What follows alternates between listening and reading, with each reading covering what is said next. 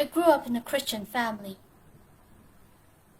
Well, while I wasn't exactly keen on going to the church back then, I did pay attention to the Bible stories.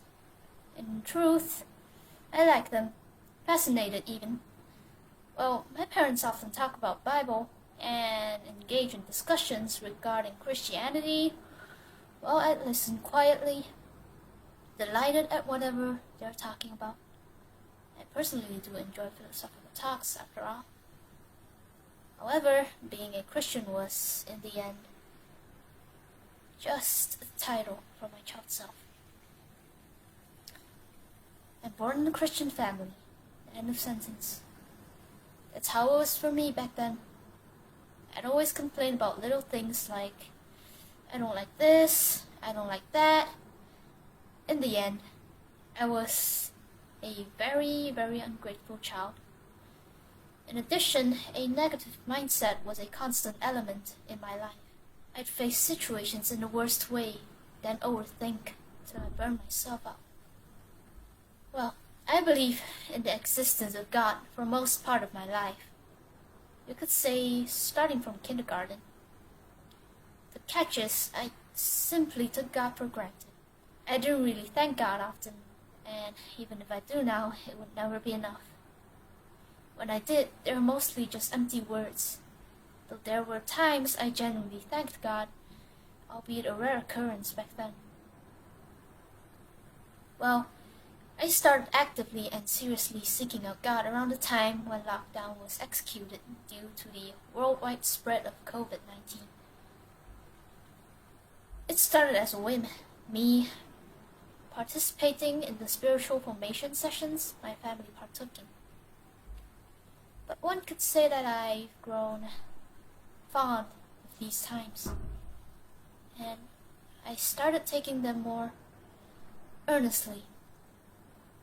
Sometimes there are coincidences which, now that I think of it, I highly doubt are actual coincidences, where the discussion topic happens to be in relation to the troubles we meet in life.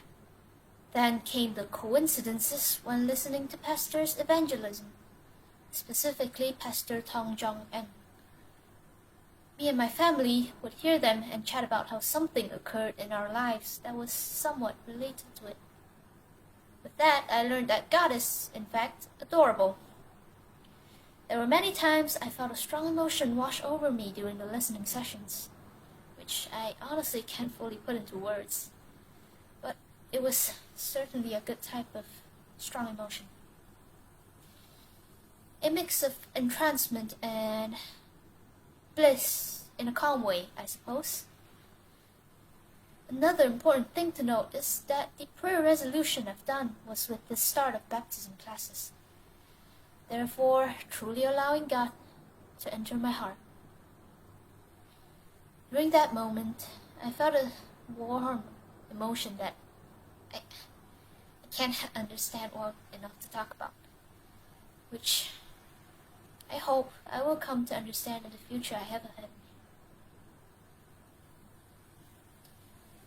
With my belief in God strengthening, I've come to appreciate life more, learning to be grateful and think positively. As a habit, I've also started reading the Bible every day, little by little. And yes, I have distanced myself from a sinful lifestyle.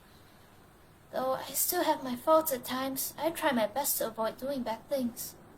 I'm able to control my emotions better in order to avoid lashing out on others. If I do, I would make up for it. As an example, I asked for forgiveness after saying something that's harmed others. Another thing is my family, mainly my sister and mother, have mentioned that I seem to be more well-behaved. Now, I constantly remind myself that God is with us and has chosen us specifically to do the things in our lives. God would never make us walk a path that we aren't able to handle. Hence, unlike before, when I hit a large wall, I no longer think that the world rejects me or something along those lines. From now on, I'll do my utmost to treat someone righteously, I might also try to get them to better know God through Bible stories. And He has said to me, "My grace is sufficient for you, for power is perfected in weakness.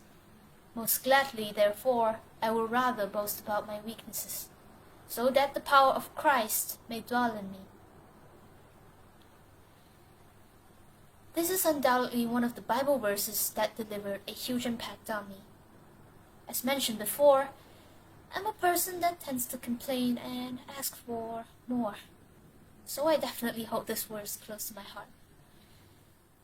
It reminds me that while we're but a weak human being and may ask for more, it's precisely because of this flawed self that we're able to be saved, to be led by God.